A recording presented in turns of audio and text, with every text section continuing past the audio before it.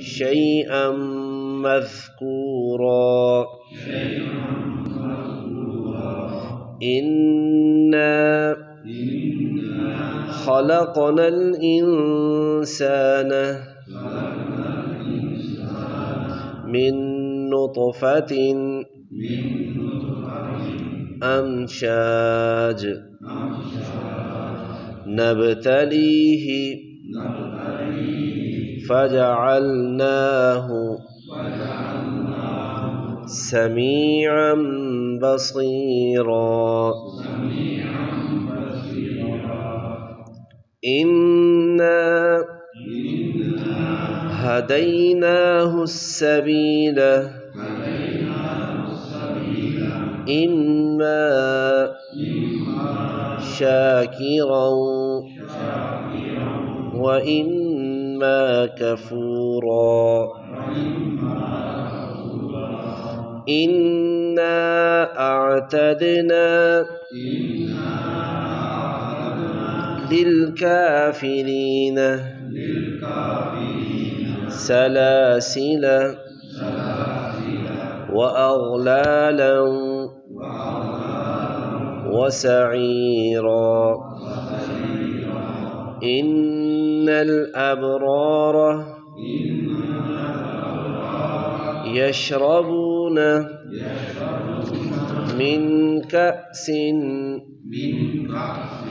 كان مزاجها كافورا عينا يشرب بها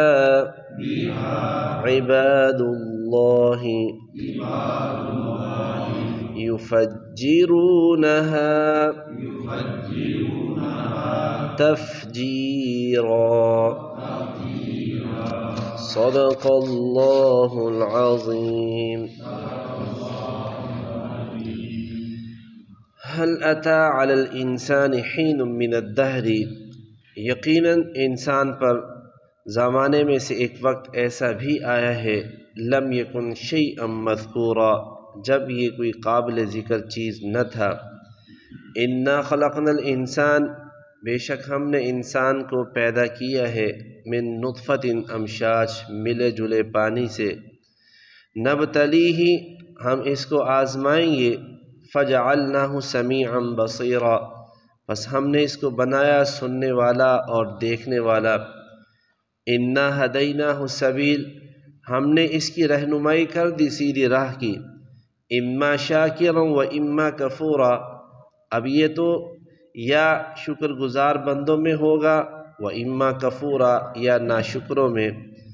انا اعتدنا للکافرین سلاسل،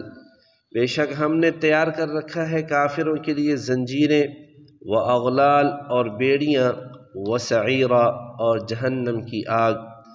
ان الابرار یشربون من کأس،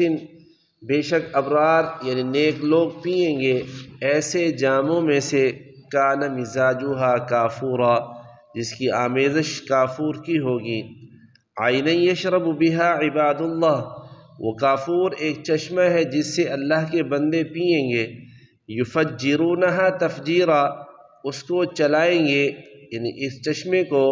یہ اللہ کے بندے چلائیں گے چلانا۔ سورۃ الدہر، نبی علیہ السلام کا معمول تھا